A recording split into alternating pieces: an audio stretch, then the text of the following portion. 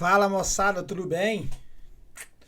Professor Edivan aqui e a gente vai para mais uma aulinha e hoje a gente vai falar de química orgânica, beleza? Então vamos lá. Na aulinha de hoje aqui a gente vai falar de química orgânica e a gente vai falar do início, né, da introdução aqui para a gente estar aprendendo aí sobre o assunto. Fechou? Então vamos lá. Primeiro, química orgânica, a área da química que estuda os compostos do carbono. Então, quando a gente fala em química orgânica, a gente vai estar diretamente estudando o carbono e os elementos que ligam com ele, ok? Então, todos aqueles elementos que estiverem interagindo o carbono no estudo de química orgânica, né? A gente vai estar analisando ali em cima ali. Então, vamos lá. Característica geral. São formados por um pequeno número de elementos constituintes, onde os principais são carbono, hidrogênio, oxigênio, nitrogênio, enxofre e fósforo, que são denominados de elementos organogêneos ou organogênicos. Na química orgânica, ele fala que é o estudo dos compostos vivos, né, dos organismos vivos, ok? Então vamos lá. Aqui eu tenho uma breve história, rapidinho, a gente vai passar por ela. Como eu já citei, eu cito isso às vezes em sala, a ciência, né, ela parte por pessoas ter curiosidade em algumas áreas e elas anotar, fazer vários tipos de experimento. Então chega um ponto que a pessoa falece e a outra pessoa continua o trabalho dela. Então assim, na química, essa parte chegou um momento que eles dividiu, né, foi em 1777, dividiu os compostos orgânicos e inorgânicos. Inorgânicos que não têm vida. Tipo sal de cozinha, um exemplo. Depois, em 1807, tem a teoria da força vital. Eles acreditavam que tudo que tivesse vida tivesse uma força vital. Vou falar no outro sentido, tipo uma energia, algo que fazesse dar vida. Vida pra gente, vida para as plantas, vida para os fungos. Tudo que é classificado como orgânico. Então acreditavam nisso. Porque não tinha experimento, né? Era a limitação ali do momento. Continuando em 1828, Frederick Wöhler sintetizou a primeira molécula orgânica. Somente aquecendo. Pegou o cianato de amônio, aqueceu e virou ureia. Aí você reparar a molécula da ureia aí, ó. Carbono, oxigênio, nitrogênio e hidrogênio. Molécula orgânica. Boa parte das moléculas orgânicas que a gente vai ver tem carbono, oxigênio, carbono e hidrogênio. Vai ser rico você ver isso. E oxigênio. Aí vai aparecer nitrogênio também. Às vezes vai aparecer enxofre, às vezes fósforo. Ok? O intuito aqui, né, lembrando, mais uma vez, é ensino médio. A gente está aprendendo aqui o início. Basta, tranquilo. E com isso, quando o Frederick Wöhler sintetizou essa molécula, ela quebrou essa teoria vital, da força vital. Ela caiu por terra, então não ficou mais justificado ali que existia uma força vital.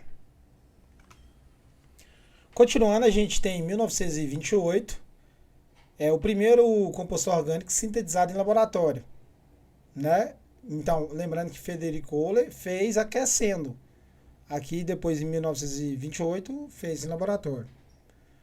Aí tem uma frase aqui que é interessante a gente estar enfatizando ela, que é o seguinte: tudo que tem vida possui compostos orgânicos. Tipo a gente. Mas nem todos os compostos orgânicos possuem vida. Porque às vezes a gente vai estar analisando compostos orgânicos, que ele é só uma molécula. Tranquilo. É porque ele tem as moléculas fundamentais para o estudo de química orgânica. Carbono, hidrogênio, oxigênio, nitrogênio e assim por diante. Aí de 1851 a 61 apareceu o Frederic Kekuler. O que ele fez? Ele fez vários experimentos e formulou 3 postulados que até hoje, na data que estou gravando esse vídeo, não foi quebrado. Não são leis, mas são postulados que ele chegou, e a gente vai falar sobre os 3 aqui agora. Sobre os compostos orgânicos. O primeiro postulado que ele descobriu foi o seguinte: os átomos de carbono são tetravalentes. O que é isso? 4 valências são representadas por 4 tracinhos, igual tá aí, e ele quer dizer o seguinte, que o carbono ele consegue fazer 4 ligações, tetra de 4 valências de ligação. Então a primeira coisa que ele descobriu foi isso. Que quando a gente tem um carbono, ele faz 4 ligações. Porque se a gente olhar na tabela periódica, ele deveria fazer só 2. Mas ele tem a hibridização, uma outra aula eu falo sobre isso. Ok? Mas o primeiro postulado ele descobriu isso. Outra coisa, outro segundo postulado dele foi as 4 valências do carbono são equivalentes. O que isso quer dizer?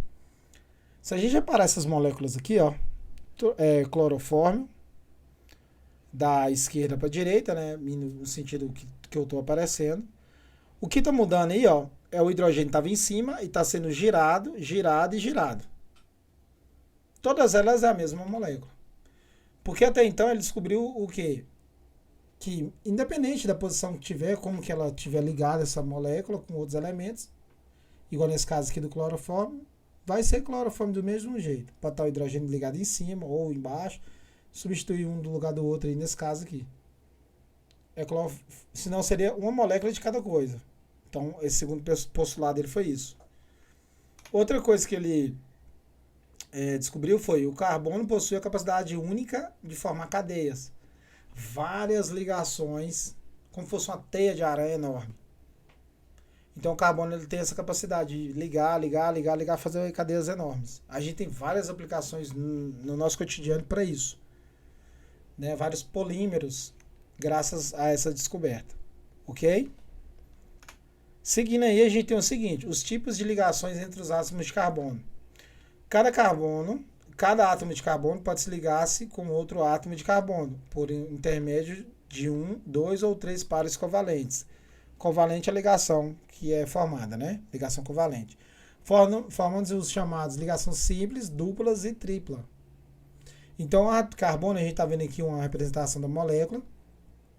Aí só tem 4 ligações, tudo simples, um pauzinho, uma ligação. Então, vamos lá, passando uma por uma. Um átomo de carbono pode fazer essas 4 ligações que você está vendo aí. Então, a gente tem essa representatividade, né, parecendo eu nem sei o que falar. Aqui parece, tem o carbono central e 3 hidrogênios embaixo, um hidrogênio em cima.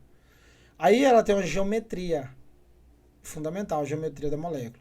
A gente fala que essa geometria é tetraédrica. Então ela tem tipo um formato, tipo, sei lá, de uma pirâmide, algo assim. Então quando eu tenho 4 ligações simples, é assim que ela vai ficar comportada. Ok? E eu também tenho ligação dupla, que pode ser de 2 jeitos. O primeiro caso é 2 ligações simples e uma dupla. Se você reparar, vai ser tipo essa molécula aí, ó, representada nas bolinhas, 2 bolinhas pretas e as outras formando hidrogênio. Então fazendo uma ligação dupla entre carbonos. Como que chama essa geometria aqui, professor? Trigonal plana. Então ela tem esse formato.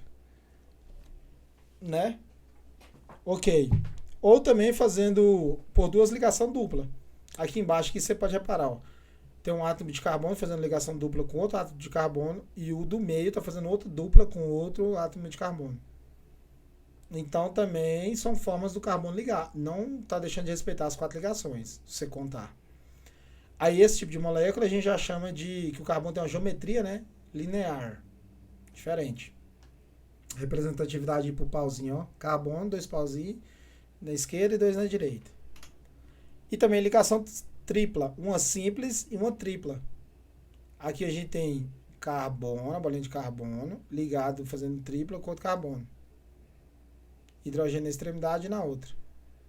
Então aqui a gente fala que essa geometria já é linear, quando ele faz uma ligação tripla. Certo? Vamos fazer um exercício de fixação aqui. No exercício de fixação a gente tem, Euler conseguiu realizar a primeira síntese, né, de substância dita orgânica, a partir de uma substância dita inorgânica. A substância obtida por Euler foi, aí você tem letra A, acetona, B, ácido cítrico, C, vitamina C, nada a ver, né, pelo que a gente já está vendo aqui, D, ácido úrico e letra E, ureia. E aí? Então ele partiu de uma molécula inorgânica e gerou uma molécula orgânica. Que molécula que é essa? Ureia. Essa ureia que a gente conhece, cotidiana, adubo sim. Ok? Então essa é a ureia. Outro exercício para a gente estar fixando aqui, a gente tem o seguinte. Verdadeiro e falso a respeito de compostos orgânicos. Primeiro, Os compostos orgânicos podem ser sintetizados pelos organismos vivos. Daí a classificação de orgânicos. E aí, é verdadeiro ou falso?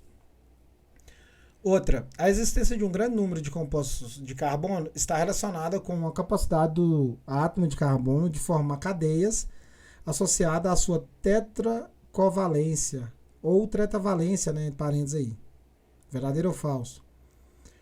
E por último, nos compostos de carbono, o tipo de ligação mais frequente é a ligação covalente.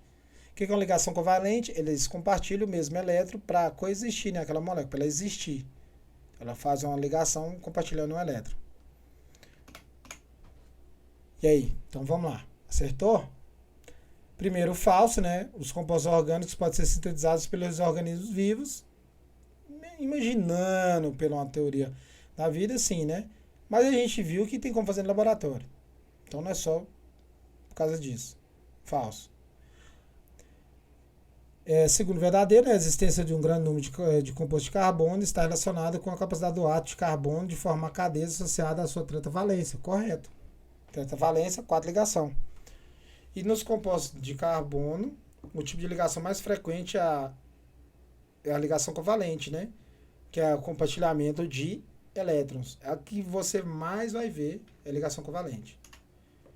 Para a gente fechar aí, né, essa primeira partezinha, para ficar mais light, a gente tem o seguinte, né? Que todo composto orgânico possui carbono. Porém, nem todo composto com carbono é orgânico. Então, você pode deparar com isso. Composto que tem carbono, mas não é orgânico. A gente vai estudar vários tópicos aqui e aí vai ficando mais nítido. Ok? Certinho? Então, a aula de hoje seria isso. Muito obrigado. Deixa seu like, compartilha. Até a próxima.